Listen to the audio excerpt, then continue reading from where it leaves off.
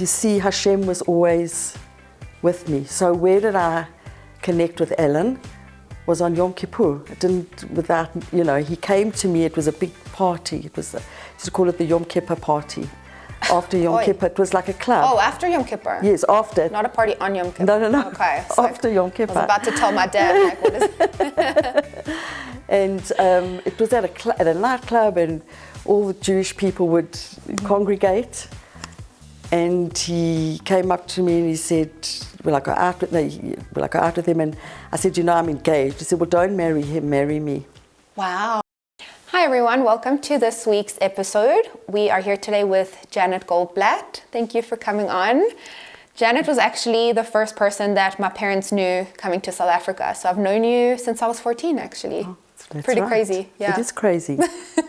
You basically watched me grow up from a really awkward teenager to now. And it's been an absolute pleasure. Thank you for coming on. Will you start with sharing a little bit about your childhood and your upbringing? Yes, so I was born in South Africa, in Johannesburg, and my childhood was actually amazing. My father, who's now late, I'll tell you the story about my father, but my father was a philanthropist, he and a social worker.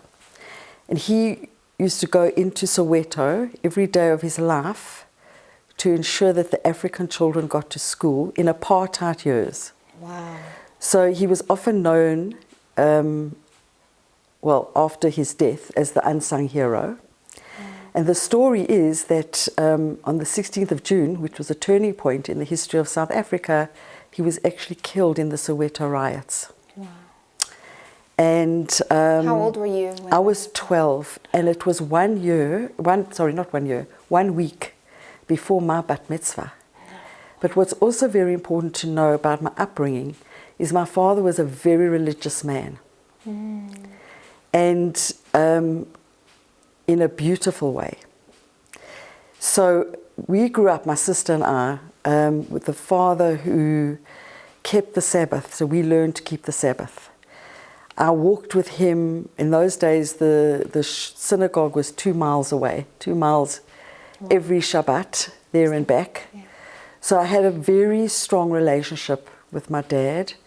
And I think that somehow Hashem set that up so that what happened to us on the 12th, as difficult and of course as it was, it set us up to be able to somehow have embodied, firstly, a good relationship that we watched with my parents, so that we felt whole and loved, and we saw love, we experienced love, which I think is important. And that sense of, I don't know where the resilience came from or how we managed, but I think unconsciously I even knew that God was always there. So you got that from your dad? Got that from my dad. He taught you the strength that you needed to cope with the grief after his death? Yeah, unknowingly, of course. Yeah. But I think in some way, but it was what's interesting, on the other hand, we were very angry. Well, let me talk for myself. I can't really speak for my sister, my mother, but I was very angry and I didn't really follow the Shabbat. And my mother, by the way, just to say, she didn't keep the Sabbath. She was the breadwinner at the time. She had her own business. Wow. What did she do? She actually started Educational Toy Center, which is still going today. That's amazing. And she sold it, I think it was a year before my father was killed. So when he died, was that when you stopped keeping Shabbos because you were so angry that happened? We stopped everything. You and your sister? Yes. I think it was also a matter of us coping. I left King David's school, we went into a government school. So, you know, our lives changed dramatically within 6 months. I can imagine. Yeah. Wow. And I think in some way my purpose came to life without knowing that I was going to learn how to navigate the unknown. I was going into school, I had to make new friends, and I just did. And I think all that ability to do that came from maybe, I don't know, the spiritual learnings as a young girl, the connection to my dad, understand he lived in the unknown. So in some way I was following a pattern. That's amazing. I feel like there's been a pattern with like everyone I've been interviewing that if you look at what made them great, it's often their struggles. Yeah. It's incredible to see, because sometimes when people go through these things, they stay in that anger and resentment and they can't get out of it. But like to watch people take that and make something great out of it and become amazing people and help others is an incredible thing. It's amazing to watch. Yeah. And I think that's absolutely right. You know, they say, the Kabbalists say, we should thank Hashem for even the bad things that happen, even, you know, the trauma. Yeah. Because it's a turning point. Exactly. For sure. Yeah. So do you feel like that kind of shaped you into wanting to do what you're doing now? Unknowingly, you know, I say life steps into you more than you step into life. It's true. And that's what started happening. I didn't do anything on purpose. Yeah. It all just fell into place and it just came towards me. From Hashem, yeah. Yeah. Do you mind sharing with the audience what you do for a living? So it's interesting. I do lots of things, but I think it translates into one thing, which is about transformation. Mm-hmm.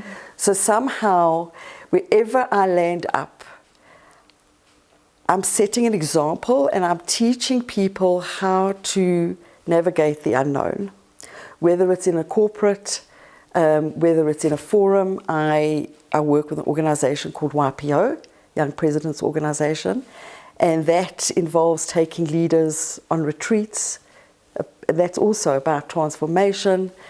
And then my main practice is something called family and systemic constellations, and it's not anything to do with astrology. It's based on systemic practice, like understanding how systems operate, family systems, business systems, what brings us towards one another and what separates. Mm-hmm. And it comes from a deep unconscious place. Mm-hmm. The unconscious carrying of transgenerational trauma on behalf of our ancestors out of love and a very deep need to belong, which is a natural movement in human beings. Amazing. How did you get into constellations? So I started because at the time when I got married, so in the beginning of when I left school, I had to go and work straight away. We didn't have money. I went out to work, and I think when I was 24, I even had my own recruitment agency. So you've been an entrepreneur since from a young age. Yes, but I was a terrible entrepreneur. So when Alan met me, he came and said, "What is going on with your books?" So I've decided I'm a terrible entrepreneur. I'm great at driving. Well, you're great now. I'm creative, yes, but it's a creative. I'm still, you know, I mean, Alan, my husband, always says you could be walking money, but I'm not. I'm driven in a weird, you know, I'm driven for the work more than the money of the work. But I feel like that's the best way to do it, is to do what you're passionate about. Yeah. And let the money just be a side effect. I think the second you start making money the goal, you're doing it for the wrong reasons. Yeah, exactly. Money should always just be a side effect of you doing something you love every single day. Absolutely. In my opinion. Absolutely. And you have to love what you do. Yes. I think that if I didn't love what I did, I would rather go and play games or do something else, you know. Yeah. For me, I feel, one thing I also learned along the way, I always reached out for joy. Mm-hmm. I think that was a big savior for me. I had great friends, we were naughty, we had great fun, good fun, you know, and my sister, and I made sure of that. And even to this day, you know, I think that's what keeps me young. And I've got little grandchildren, and sometimes I think I'm worse than them. I could be more misbehaved than them. But That's the best. it You have keeps to you stay- alive. Totally. Yeah, the joy. You Yeah. have to have joy. Yeah. You have to nurture that like inner child. Yeah. And be playful and fun and You need to have experience you need to have a sense of humor about everything. yes. Totally. And so the work, going back to sorry, I'm a bit ADHD. Same. So, No stress. so we'll jump around a bit, but Hopefully the Going- non-ADHD audience will manage to follow. Yeah, exactly. But going back to, when I got married to Alan, he didn't have money, I didn't really have money. We made do with what we had. But I had this pull. He took over a business and he started to make a little bit of money. So I could go out, young children, I decided I wanted to study something. I wasn't drawn to psychology, to university. And I ended up at Academy of Metaphysics for 3 years. And that was I was drawn. But that time I wasn't from or... What is that? Metaphysics is more than the physical, spiritual studies. Oh, I didn't know that was such Yes, okay. yes. They still teach that? Yeah. Oh, wow. And it was an academy. But it's interesting how, like, you didn't want to connect it to the Torah. Like, you were like, you'll do, like, the spiritual studies I wasn't, through... also why? I wasn't, because we left that, like, I didn't even have friends in that space. You were completely removed from anything religious? Completely removed. When Mark, my oldest is now Menachem, when he was born of a natural birth. And so we could have, somebody said, you need to have a pigeon a ben. He's your oldest son, first son. Okay, whatever, what's that? And we got hold of the rabbi down the road and he came and he was horrified. We couldn't find a siddur. We had to find a Cohen in the family and it was apparently quite a big thing, a pigeon a ben. Yeah, it is. So I was completely, and even the story of, before I married Alan, I was engaged to a non-Jew. Wow. So Judaism really was not a priority in your life at all? Completely lost that path. Completely. And, but you see, Hashem was always with me. So where did I connect with Alan? Was on Yom Kippur. He came to me, it was a big party. It was, used to call it the Yom Kippur party. After Yom Kippur, it was like a club. Oh, after Yom Kippur? Yes, after. Not a party on Yom Kippur? No. Okay. After Yom Kippur. I was about to tell my dad, like, what is it? And it was at a nightclub and all the Jewish people would congregate. And he came up to me and he said, will I go out with him? And I said, I'm engaged. He said, well, don't marry him, marry me. Wow. And I was like, well, I haven't yet. What a move.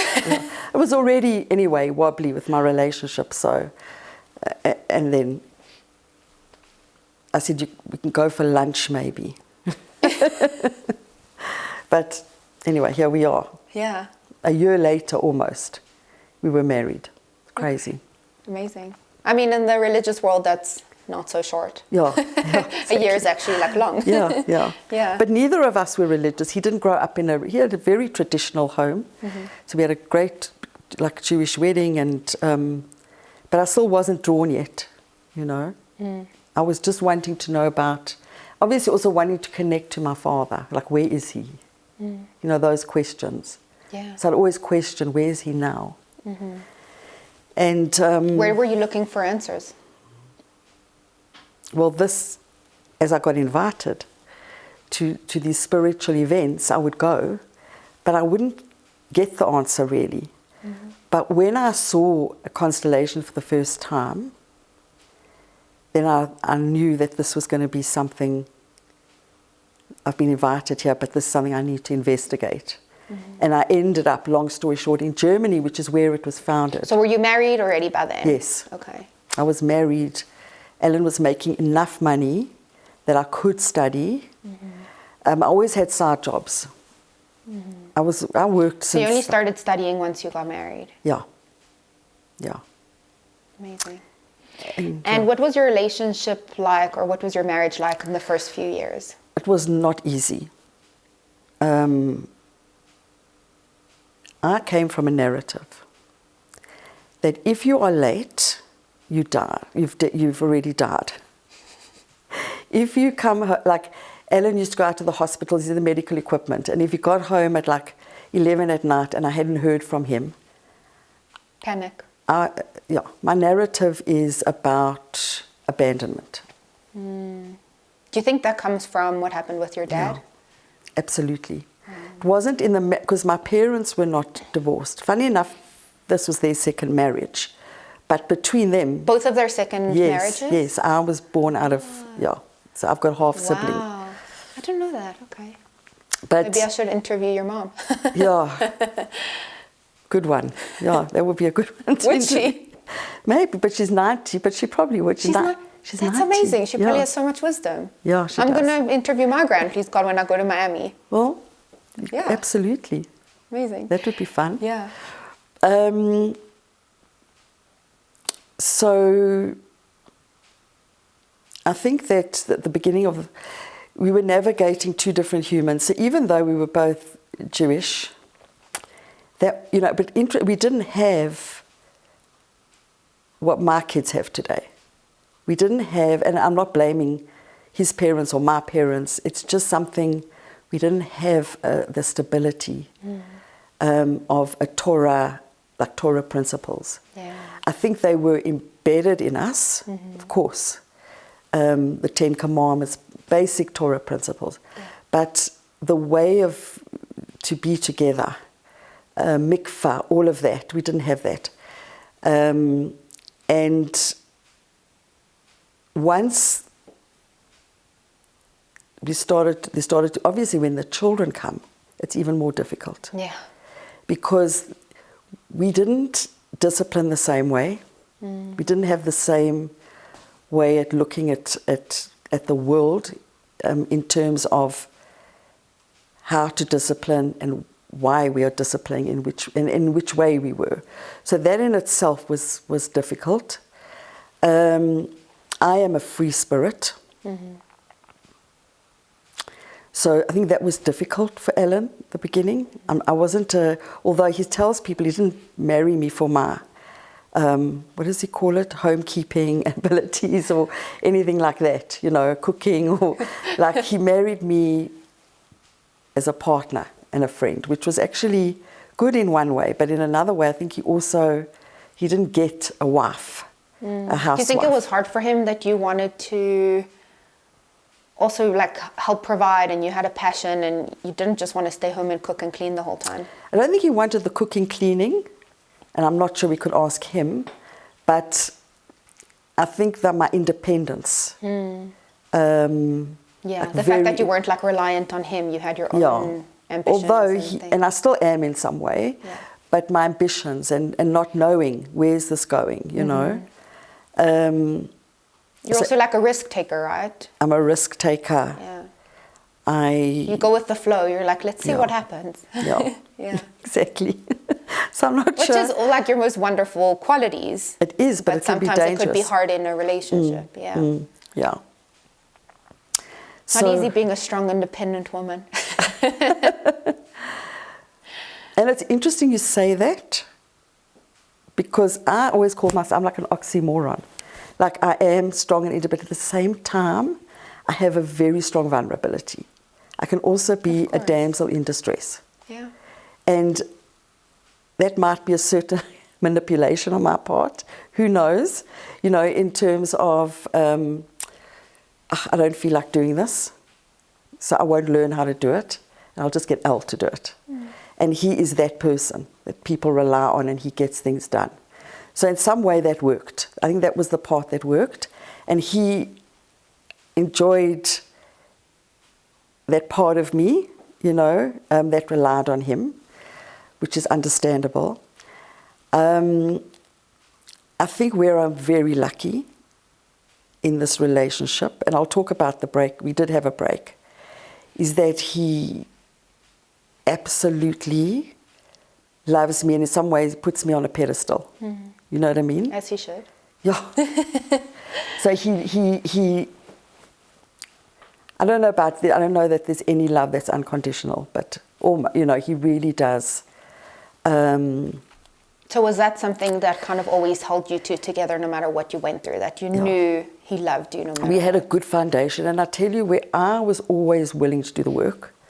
So right in the beginning of our marriage, we were already at Leonard Carr doing a course on the Enneagram, which to understand, like, what's the difference? I'm a 7, he's a 1, you know, or Yeah. a 9 on the Enneagram. So how does that Impact It's your not relationship. simple, Yeah. you know, and Leonard was, and he's been in our lives ever since.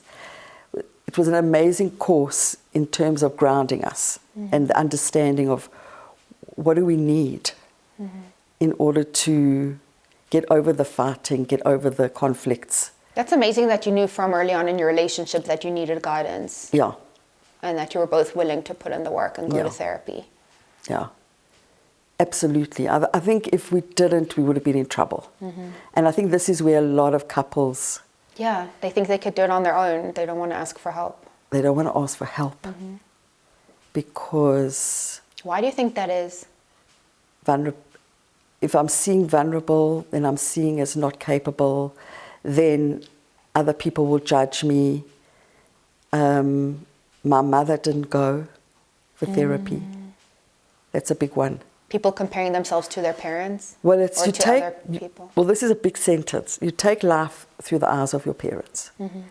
So we copy them, Yeah. knowingly or not. And a lot of our parents didn't go to therapy. It wasn't a big thing back Exactly. then. Yeah. My mother did. Really? So I'm lucky and it's my mother. There's two types Did of she people. go after your Yeah. dad passed Yeah, away? she did. You know, there are two types of people. There's the receivers and givers.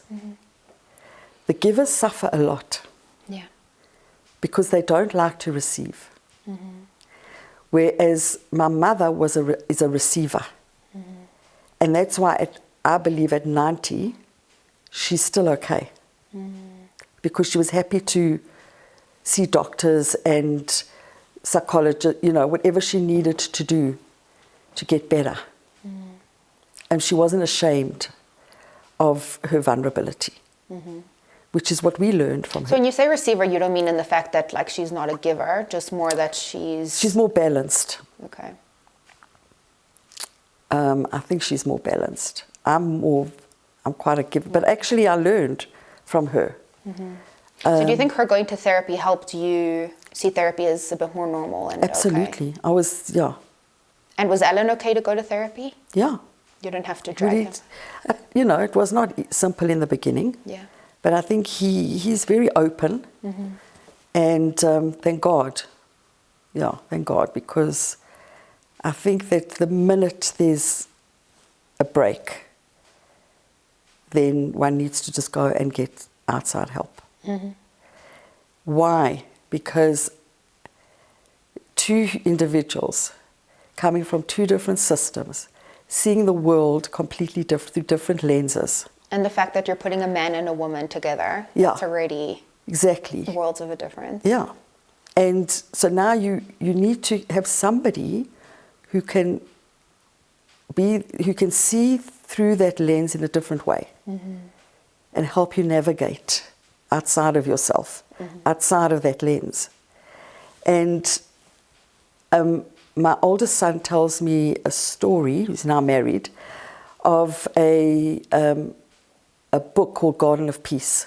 It's Breslov. So it's Kabbalistic. And there's a story where couples would go to this rabbi and he would give them the Garden of Peace. There was one for women and one for men. And then he would say, go and read this book and then come back. And they never came back. Wow. Yeah. And I understand that because I think it can take one person to make a relationship work. Really? Yeah. I really do. And I think I've seen in the constellations work when one person shifts, the entire relationship shifts. So I think that was the journey. We separated for a while. When was that? How long into your marriage? Probably about, let me see, my son was 15, my youngest. So it was about 20 odd years. Wow. And what led to that separation? So, you know, our family unfortunately went through a lot of trauma as a family. we lost my brother-in-law, and he left 2 children and a beautiful ex-wife, Megan. And then my nephew got cancer. Yeah. And then my father-in-law died, and my nephew died. A lot of All loss. within a space of like 4 or 5 years. Wow. So I think the trauma, our children, the cousins are very close. We're a very close family. And I think that on some level it absolutely impacted all of us. And my younger son went through a trauma, and my husband and I, again, we didn't navigate. We wanted to navigate it in a different way. Were you so still going to Leonard then? No. And I think that we got help from another resource that thought we should get divorced. And anyway, we separated.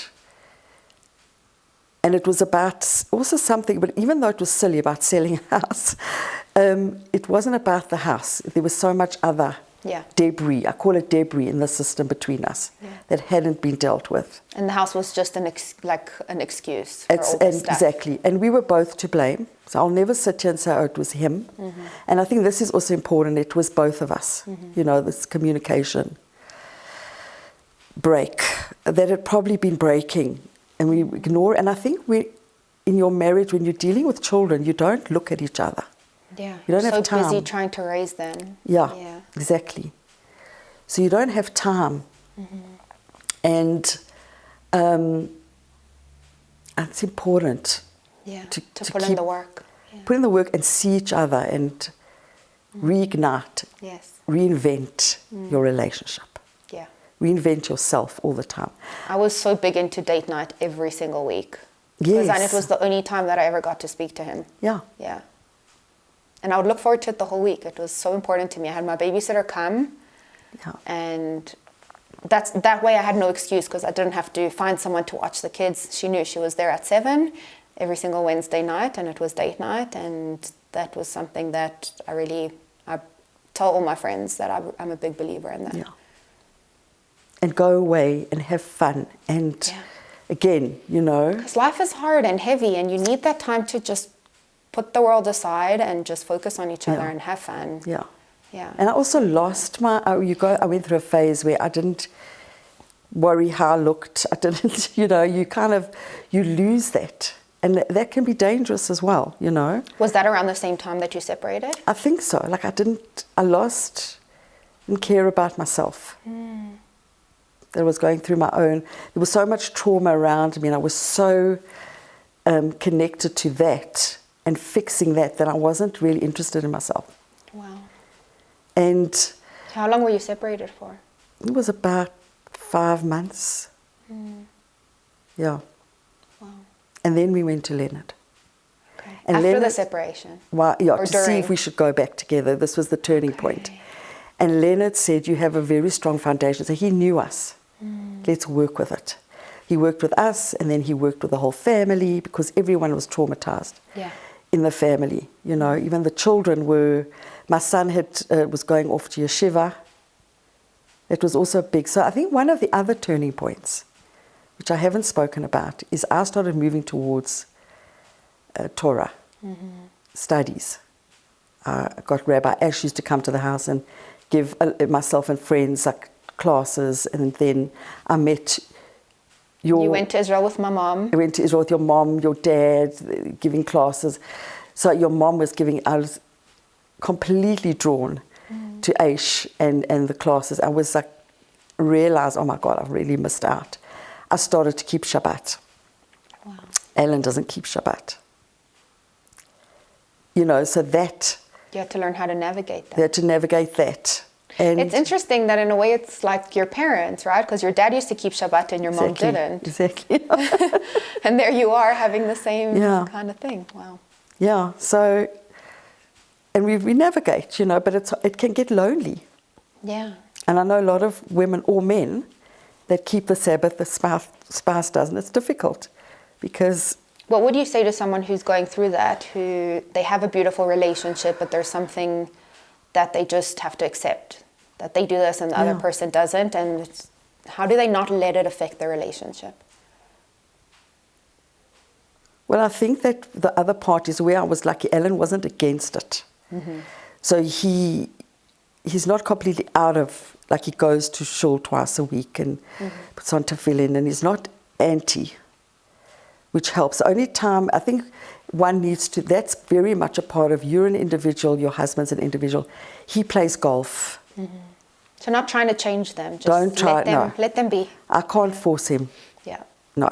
Yeah. But the loneliness is up to me. I have to navigate, go and stay at people over Yontif, or do you know what I mean? Make sure that I'm near a shul that I can go myself, or I just do it at home. Mm-hmm. So I've worked it out. Yeah. And he plays the... So did you start keeping Shabbos around that time of the separation? Did it kind of all happen at once? I'm trying to remember. I've got a terrible memory. We can ask Alan later to fact check. It was... No, because I think it might have been just after, because when my son went to yeshiva, maybe it was around that time, I started becoming more aware and more, even before then. But do you remember when, I was always interested and I was going for class at the actual keeping Shabbat. I'm not so sure. It's a good question. He'd probably remember more than me. But just more your interest in coming back to Judaism and learning, and that started happening around the time of your separation. Yeah, and even a little bit before. Mm-hmm. And how did Leonard help you? He saw us together, then he started seeing us separately. Because that's the thing. We each had to do our own work. Mm-hmm. He had his own life story and trauma, and I had mine, and we needed to separately work through it. Mm-hmm. I think it starts even at school. The first teacher that tells you can't, or that shames you, whether it was his story or my story, or some way of shaming, that's where your self-worth takes its first dive, I think. Mm-hmm. And then it starts to grow. And unfortunately, humans lean into the negative somehow more than the positive. Yeah. So we both carry whatever debris from our childhoods. We come together. And generational trauma as well. Transgenerational trauma, of course. Then we come together with all this... your stuff. Yeah. How are you supposed to navigate that? Yeah. So that's why it's important to know this and do the work individually and then come together. Mm. Unpack your own suitcases. Yeah, I love that. So that by the time you come together, there's less stuff to unpack. Exactly, exactly. Yeah, amazing. And then once you got back together after that period of separation... We still, and nothing's perfect. We still have to navigate. But what do you find has shifted? Look, I think, honestly, also the fact that we respect what each other does. Like, I respect that he plays his golf and can go, and cycles and, or he's got this business and we're not involved in each other's, in that. I know what's going on and I do go and help in his business every now and again with the culture work, but we have a separate life that, I travel a lot. Yeah. And you travel alone, right? I travel alone, and I go to different parts of the world. When I do the work with YPO. So we have different interests, which is good. Yeah. But we do have friend circles. So, and I think, and of course, we have 3 children. We go and visit them. My daughter's now living in Israel, and we go on holidays. It's important, I think that's what keeps it together. He is not jealous, which is quite amazing, because I have a lot of friends that are men friends from years back. So he says he's jealous, but he isn't, you know, but he So doesn't. there's the like trust. Yeah, there's big trust. That's amazing. Yeah. So what would you say are the top things that make a relationship? Like, what are the foundations for a healthy relationship? Big one is your own self-worth. That's where it begins. Your own stability. Yeah. You know, trust of God in you, the God part of you. Hashem is watching you. That trust yourself. If you are, and I've seen it with my children, when you are standing tall and you have confidence, you're already like 90% of the way there. You can deal with anything. Yeah. And that's key. In the beginning of a relationship, there's a lot of love, but it's also this infatuation. Yeah. It's very physical. There's like, oh my God, you know, like it's wow. But sooner or later, Reality kicks in. reality is that your stuff starts to come alive in you, and you're going to be in bad moods. You're going to have trauma. You're not always going to be pleasant. And how do you come back to the joy every time? And the holding space for love to continue to flow. So I think if there's a deep love that needs to grow, and I see people now, a lot of people going through divorce, and I fully understand. I don't judge people for getting divorced, because I really do feel in many cases it needs to happen. But then I say, like, on your next journey, do the work, because you're going to get the same wife or the same husband unless you do the work. In a different body. Yeah. Exactly. Yeah. What is it about us that will attract? You got to see what part you played in, yes. in that unhealthiness of the relationship. Yeah. And and give yourself a chance to be alone. Not to get remarried so quickly. Yeah. You know, be alone a little bit and like find who you are and what makes you happy. And then you'll attract the right person. If you're standing tall and you're in your own 2 feet, and you love yourself enough and respect yourself enough to bring the love you want towards you. For sure. No, I totally resonate with that. I think, like, right after I got divorced, like, part of me wanted to just find someone, get remarried, and like now looking back, I think it was me not wanting to deal with all the stuff, and it was just an easier way to just find someone else and just move on and not have to sit with all that grief and look at myself and see what I did wrong. But it's been so important for me to take that time to deal with it, to go to therapy, to figure out who I am and what makes me happy, and not rely on another person to make me happy. And I'll just saying this, like looking at you, having known you since you were 14, and being through that journey with you, it's unbelievable how you have the resilience in you and what you are showing up as now for others. You're going to make me cry, Janet. I'm known for that. Family, I mean, yeah. I'm not known for crying, so this is a new thing for me. It's good for one to cry. I know. It's the biggest healer, you know. That's true. I've had to let myself start crying, because it was just not a thing I did. Yeah. It's the part of the bigness that comes to life in us when we do that. It's the realness. It's, you know, the true us is where the tears are, and that's where the love is. And it's, you know, I spent the weekend with my sister-in-law, who they weren't together, her husband, and she had to carry on with 2 kids. And I said to her, and she was divorced before, and she asked me, how's her kids, because I saw them in Israel. And, you know, I said to her, like similar what I'm saying to you now, like when I look at your children, I can tell you whatever you did was incredible, because they are 2 amazing humans who are navigating life and managing on their own.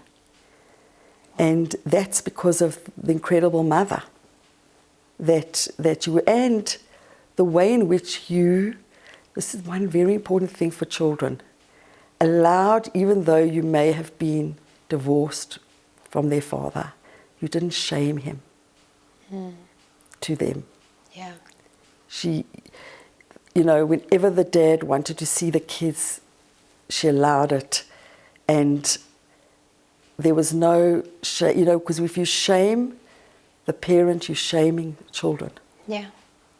And that's so important. And how you have stepped up, but beyond that now, giving to the world, I've watched all your podcasts, they're incredible. Thank you. And that's such a gift, it talks obviously somehow to your purpose coming to life, because I say our purpose comes to life through our trauma. For sure, 100%. Yeah. I had to go through what I went through to understand how much people are struggling in relationships. And And this is the gift that you're giving them. As I say, because children, take life through our eyes. It's true. Yeah. So true. So they learn to be resilient young, like I learned. And it's not a bad such a thing. Gift. It's such a gift. It's not a bad thing. Nothing. We can't look at something as bad. It's something that went wrong. That makes you stronger. It was always good. Yeah. And there was a glitch in the system, and now I can bring it back to its goodness. Totally. Yeah. And I was listening to a rabbi the other day, there's no such thing as a bad character trait. It's just the part that went wrong. It just needed to be fixed. And a bad character trait is often the flip side of your good character exactly. trait. 100%. Like all the things that are great about you, the flip side is usually going to be your struggle. Yeah. Yeah. Exactly. So what's my other thing is forgive your parents for their relationship. So you ask me about couples, often you come from brokenness, then you may carry that because it's an inner image you have. So I think what's important is to leave the trauma with them, in honouring them, because no parent wants children to carry their trauma. Yeah. So that is the biggest gift that one can really give.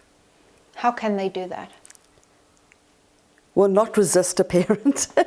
You know how many times I've had a young woman sitting next to me and say, Janet, whatever you do in a constellation, whatever you do, just make sure I'm not like my mother.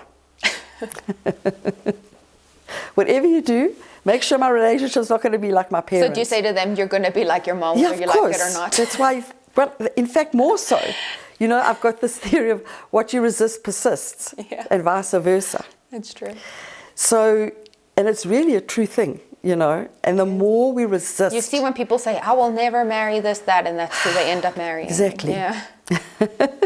So, I think what's important is to move with love towards your parents in whichever way they are. Not that they should have been any different, because that's how God made them. That's who they are. They can't be different. You can be by honouring them and saying to them, whatever it is, I leave it with love with you. And I'll just so take it's about love. forgiveness too. Yeah. Just seeing them as humans and know that they tried their best. Yes, it's bigger than forgiveness. Because forgiveness still says you were wrong. Is it acceptance? It's a very deep acceptance and love. I still belong. That's beautiful. I belong to you fully. I take you in fully as you are. That way it goes. So is Then that can what be you free. help people do with constellations? Yes. Helping them let go of all the stuff Yes. from their childhood, from their parents, Yeah. and be able to move past that. And see the love in their parents. To take love through them freely. Yeah. It's a big thing. Because we're not perfect. No one's perfect. Yeah. That's why we're here. Yeah. That's beautiful. So if someone wants to reach out to you, if they want to do constellations or they want to just chat to you, how can they reach you? Well, I have a website, but I mean, I think it would probably be better just they can contact me On Facebook? on Facebook. Yes, I am on Facebook. Just as Janet 100%. Goldblatt? Yeah. Okay, I'll post Yeah. your link in the description if Yes. they want to get hold of you. They can get, yeah, absolutely. Okay, amazing. Well, the work that you're doing 100%. is phenomenal. I know that you're helping so many people and you're bringing so much healing to the world, so thank you. And so are you, by Thank just you. doing this. Thank you. Thanks for Jane. coming on. It was so nice chatting to you. It was lovely to chat to you. Thank you. I hope you enjoyed this episode. I know I did. And keep it real. We'll see you in the next one.